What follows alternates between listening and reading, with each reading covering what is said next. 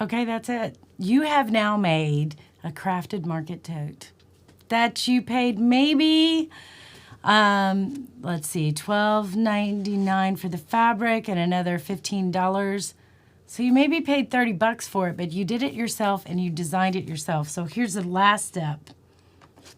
The last thing you do, and by the way, I usually sew over that a couple of times just because it gives me stability, is the last thing you do is you turn it inside out. Now, this is not a lined tote, so it's not going to have those finished inside seams, and hers won't either, because it wasn't lined. But see how that made that big pleat there?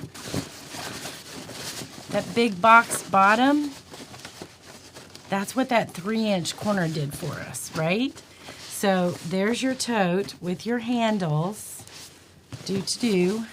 And notice because we put that up a little, that's going to sit right on the bottom because we made it even with that.